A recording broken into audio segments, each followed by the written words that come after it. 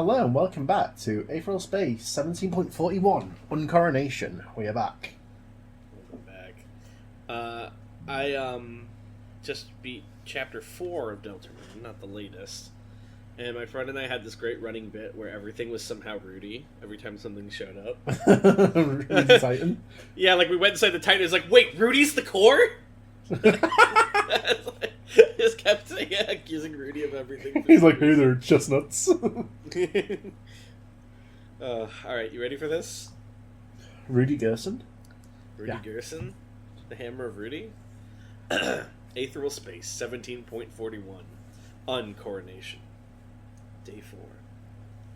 It's been a long while, Alexandrius Toll said, his voice deep and dark. Hasn't it, Witness?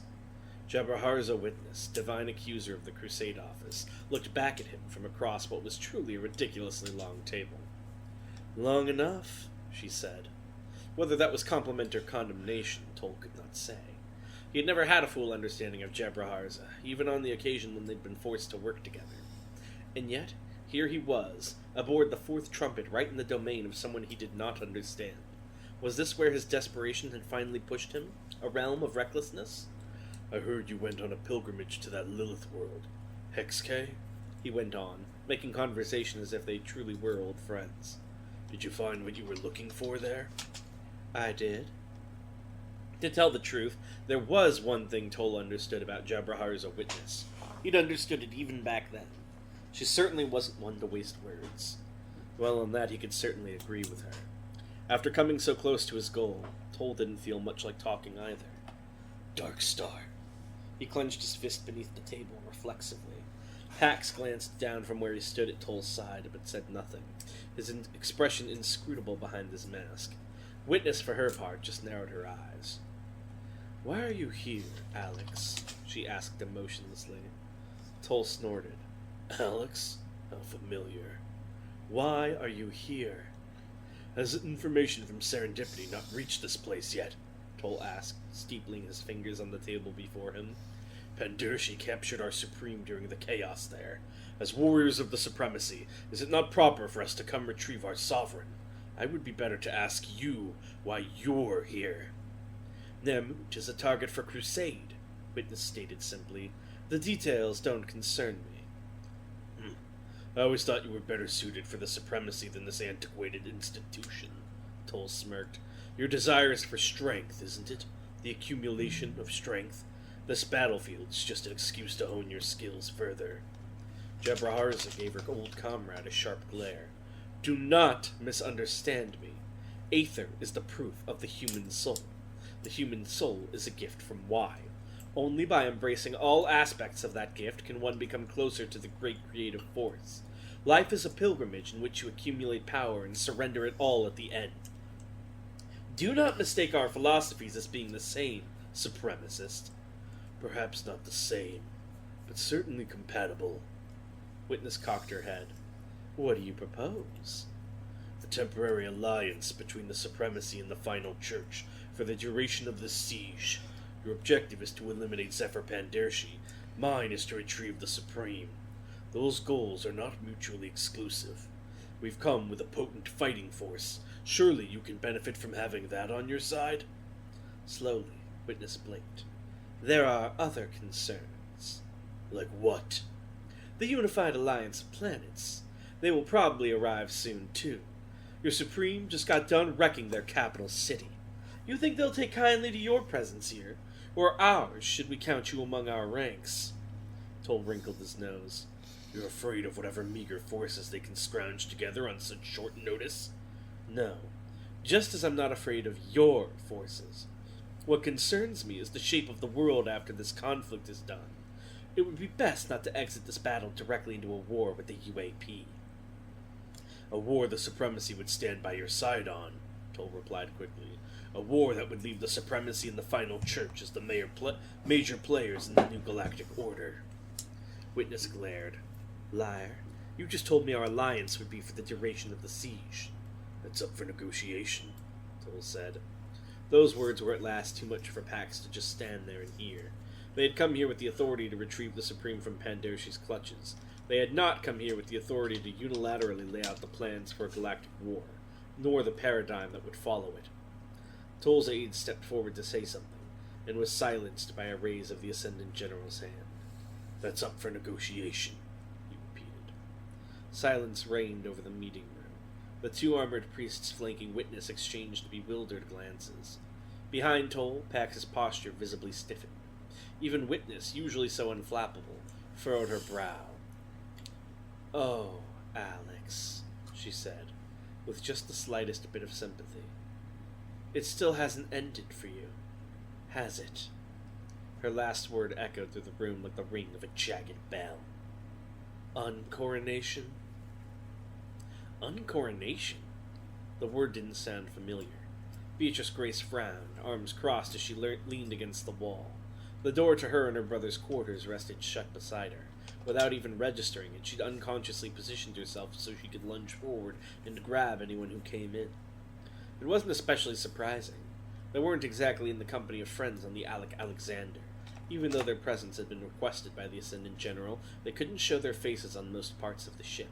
Not without giving the game away to Zune the Immortal and his cronies that they were investigating them, anyway. "UnCoronation," Winston repeated, lounging back on the couch. I forgot he has the same voice as Nyang, unintentionally. He was tossing a Chaturanga game piece, a Black King, up and down as he spoke. "It's the whole reason we're here, you know?" No. Beatrice rolled her eyes. "We're here to get the Supreme back. Well, Toll's here to get the Supreme back, and we're here to make sure he doesn't get backstabbed before that happens." "No." Winston shook his head smugly, hair flopping this way and that. "That's just the truth on paper. Really, though, it's just Alexandrius' excuse. He's here for personal reasons." Despite himself, Beatrice couldn't help but listen. Listen. Ever since they were kids, she'd been simultaneously fascinated and exasperated by her younger brother. Younger by about 2 minutes, brother's deductions. Doesn't even finish the sentences these days. He had the same eyes as her, and the same gaze, and yet he saw a completely different world from her. By this point, she knew that whatever he said would most likely be the truth. She also knew how he liked his audiences. "Okay," she sighed as the game piece flipped in the air. "UnCoronation. What is it?" Winston snatched the black piece as it fell back down and turned it over in his hands, idly inspecting it. "The UnCoronation incident," he said, eyes sparkling with enthusiasm. "It happened around 20 years ago. It was Darkstar's last major appearance before their resurgence in recent years. Their king announced himself to the underbelly of the galaxy, presented a location, and called for the brave to challenge his crown." "Wait," Beatrice frowned. "Their king is that Nyang guy, right? The one down on Nermut? I thought he got locked up right after Cadman's Dawn contest, then broke out after Elysian Fields. How was he around 20 years ago?" "He wasn't," Winston smiled, looking up from the couch. "This was supposed to be Darkstar's second king, Nyang's replacement." Beatrice smirked ruefully. I bet he was thrilled about that. Winston's head fell back onto the cushion. "Oh, it was probably his idea. He probably didn't give a specific time or set of actions to his subordinates before he was locked up. If I had to bet money, I'd say it was one plan on a big list they could enact if the conditions were right. Like, fun prank ideas, you know?" "I'd hate to imagine what Darkstar considers a fun prank." Beatrice shuddered. "You don't have to imagine," Winston said cheerfully. "I'll just tell you." Hey, this is not my Winston. He hates spoilers. No, he hates being spoiled. He would happily give out the real incentive to spoil everyone else. "In the end, forces from all three major powers joined together to respond to the UnCoronation. Ultraviolets from the UAP, Jebraharza Witness, and other holy warriors from the Final Church, even our own Ascendant General and the honest men he had at the time. The Supreme, Cadman, didn't show up, so I bet Alexandrius kept it a secret from him. Cadman wasn't exactly present around that time, but I bet he'd have taken some interest in something Nyang had set up, right?" "Right." "So the whole group bands together and heads to the planet Stillbone, where the UnCoronation was meant to be happening. Big battle, yada yada. Darkstar had a much bigger membership around that time, but most of them were fodder. In fact, they were probably just recruited for the sake of being meat shields during the UnCoronation. They kill the second king, Darkstar retreats, and everyone goes home." Beatrice blinked. "Okay." "Yeah," Winston said simply. "Okay." "Alright, Some level of audience participation was clearly desired here. Beatrice pinched the bridge of her nose. You said the UnCoronation was why we were here, though. Why is that? Winston brought his head back up and looked his sister right in the eye. Because the UnCoronation was the worst day of Alexandria's Toll's life. The simple sentence lingered for a moment. Beatrice considered saying something else, but no words came to her lips, and it seemed Winston needed no further invitation to keep going.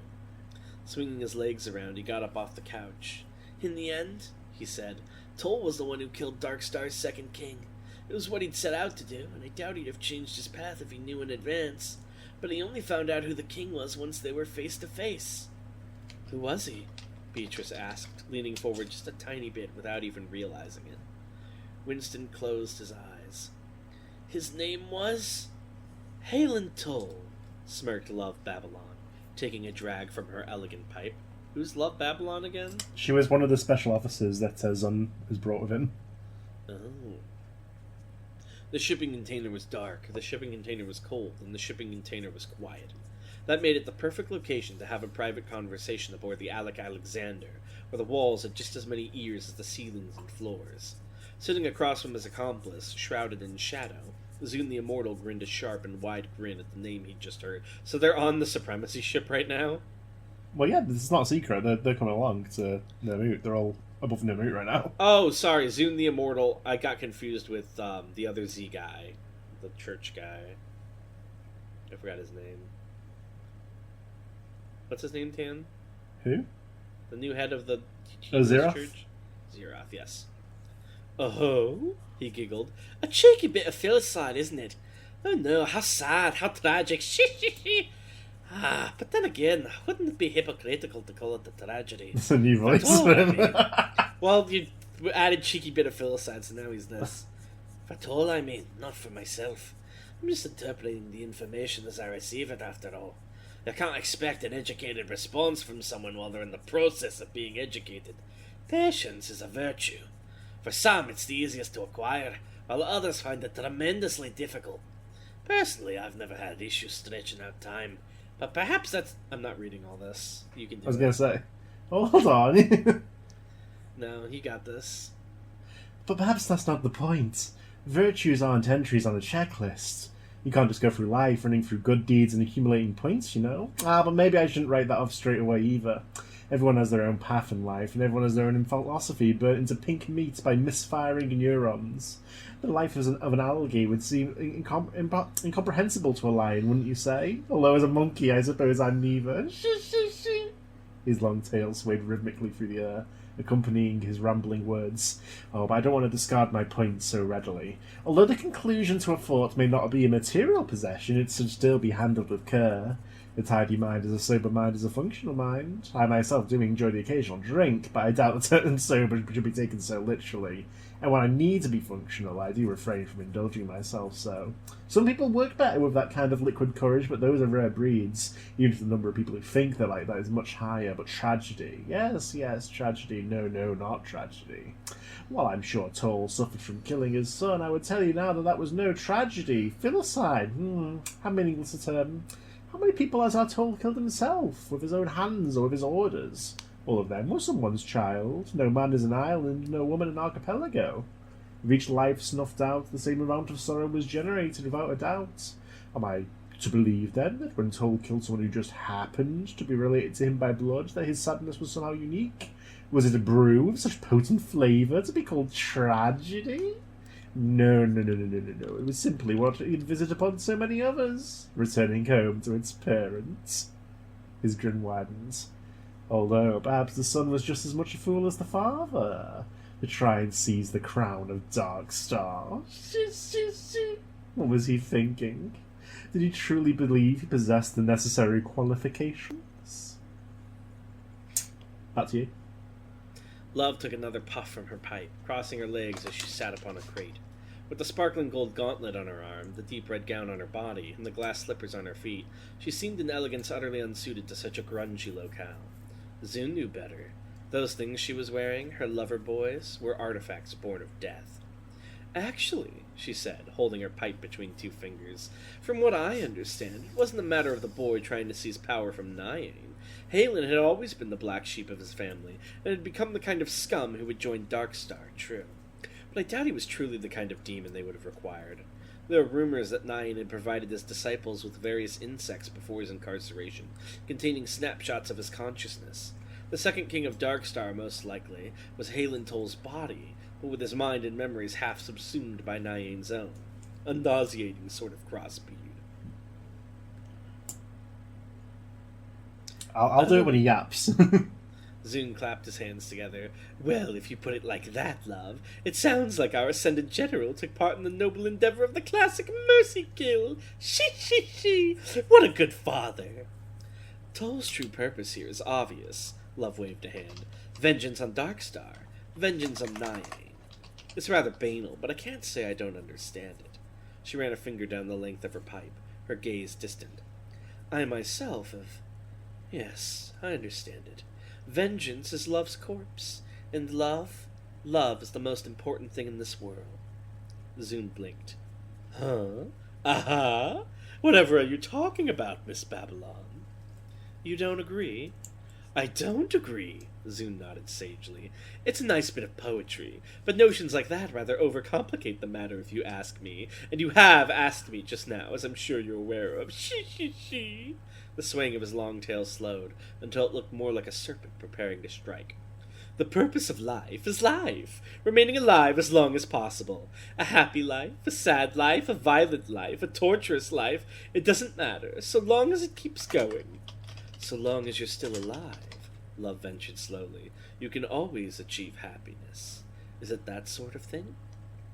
Zune wasn't grinning anymore. No, he said, his voice deadly serious. That's irrelevant. All that matters is that you continue living.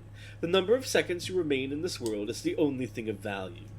I'll tell you now, love, if I could extend my natural lifespan even by a second in exchange for killing every single other person with my own hands.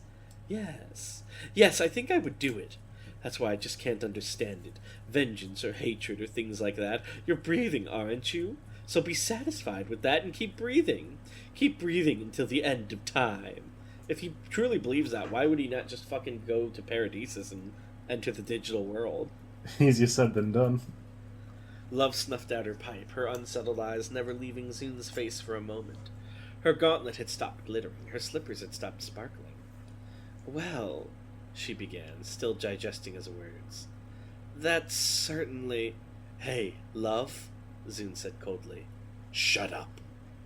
You're Love's always face yapping. sank into a scowl. Excuse me? She hissed. As though a switch had been flicked, Zune's sharp grin returned, and he clapped his hands placatingly. The oblivion in his tone had vanished completely. She. Sorry, that was a little rude of me, wasn't it? A conversation is a cooperative endeavor, not a competitive one. What was I thinking? And so bluntly, too. Shut up! Oh me, oh my, I really am a rapscallion. You'll have to forgive me. No. That was just as rude to say. You don't have to do anything. You're a strong and independent woman, after all, and I'm sure you don't need me to tell you that. But I really have to say, in the simplest possible terms, I would really like for you to forgive me for that first statement, shut up, and the second one too. Now, of course, let's say again, that's completely your prerogative, but if we're to move forward with our conversation, I think we need to pass through that forgiveness gate, and you're the only one with the key. I really do want to move forward, though, so let's just hop the fence and forget the gate, okay? Okay. Slowly, Love swallowed. Fine. What is it you want to talk about? I want to talk about you, he said. Who are you again? I'm Love Babylon, she replied, unamused. Special Officer of the Supremacy. Is that so? Is that the truth? Well, perhaps it's partially the truth, but the truth is a many-layered, many-flavored cake. Aren't you someone else at the same time? Aren't you Love Babylon, Jinn operative? Love Babylon's face slackened, and she stood up from the crate. Slowly she clenched her gauntleted fist. That was a very serious accusation. Suddenly the shipping container they were in seemed very small, getting smaller all the time. Jinn was one of the galaxy's countless spy organizations, but it was by far the most obfuscated. Afflicted by the ability Smokeless Fire, their agents had infiltrated governments and groups all over the galaxy. They had eyes and ears everywhere, and if you needed information, they could always provide it for the right price. So, Zoom grinned, why don't you tell me a little more about old Alex Toll? On the house. She. Alexandrius looked out over the dark world below from the bridge of the Alexander, his gaze grim and his eyes dark. The meeting with a witness had been long, and much had been discussed, and far too much agreed on. The concessions were such that, upon returning home, Toll could hardly hope to retain his position as Ascendant General. But that didn't matter. The closer Toll had gotten to this place, the more the bonds of restraint had loosened around his soul. He was prepared to throw everything away for this chance. He could feel it, so far down below. Darkstar writhing, Nyane laughing. The fury that had gripped Toll at the arena of the Absolute was steering his soul once again. Vengeance, justice, all of it inches from his fingers. And Gregory. Alexandrius Toll took a deep breath. It was all happening again. Darkstar had taken something precious to him, staining it in their own color. But things were different now. This time, Gregory remained himself. And this time, Alexandrius Toll would get it right. He took out his sword and he pierced the earth and created this fucking dark fountain. I can't believe the Roaring Knight was Alexandrius Toll. That's crazy. Yeah, I mean, it's crazy. It was from a different work of fiction. Yeah. No one predicted it. She. Why don't you tell us your real name, Love Babylon? Or should I say... Zun the Immortal fucking Chopin Delta Ring of the text box just goes on forever. Alright, let's get these questions out of the way, and then let's brown. She.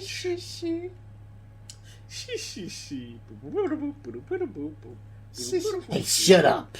Fucking Foyd yapping. Oh, don't say that. I just did. She.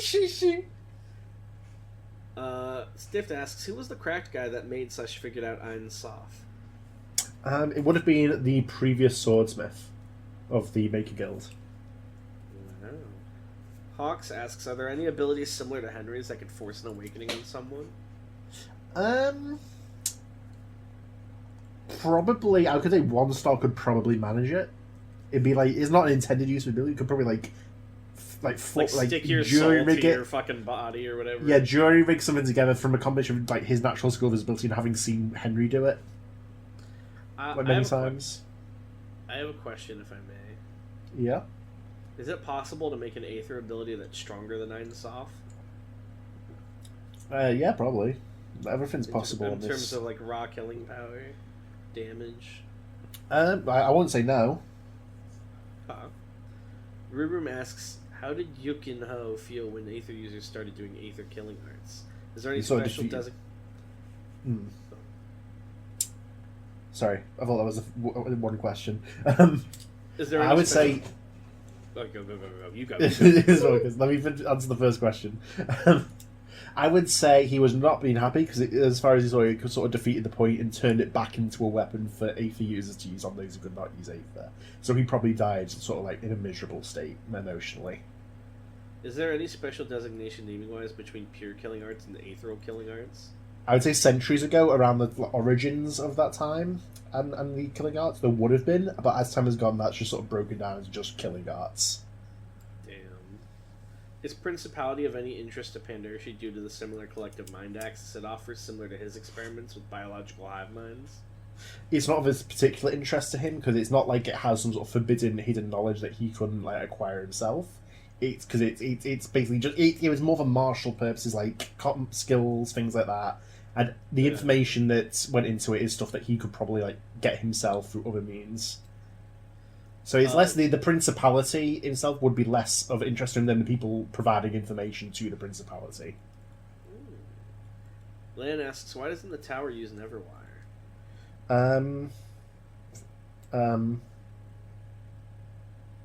Too quick. Oh, I thought Neverwire was only discovered a few hundred years ago, so I didn't know if it... No, I mean, it would be too quick if the tower used it. It would not be able to enjoy killing you. So it does hold back? Well, it does to a degree, but also it's difficult to just generate Neverwire from nothing, like, because it's making that stuff in itself. Rockshark asks, what are the Ngansi procedure for when a warrior wielding an old demon of the dawn die in battle, leaving the weapon temporarily free and ownerless? Send in the Inganshi SCP Foundation ASAP. Get that shit back here. Hell yeah. And I think we'll leave it there for now. They'll probably like send out an elite squad to make sure it's not like body hopping from person to person, like burning them out and shit. Yeah. What would you do if an old demon of the dawn opened a dark fountain? Well, you'd be fucked because that would become the weapon would become a Darkner as well. Yeah. It'd be Gaster's strongest soldier. Yeah. Don't worry, Gaster. I alone. It's like the knights. Oh, you mean that tutorial enemy? Alright, well, thank you all for watching, and hey, maybe we'll see you next time. Bye! Bye.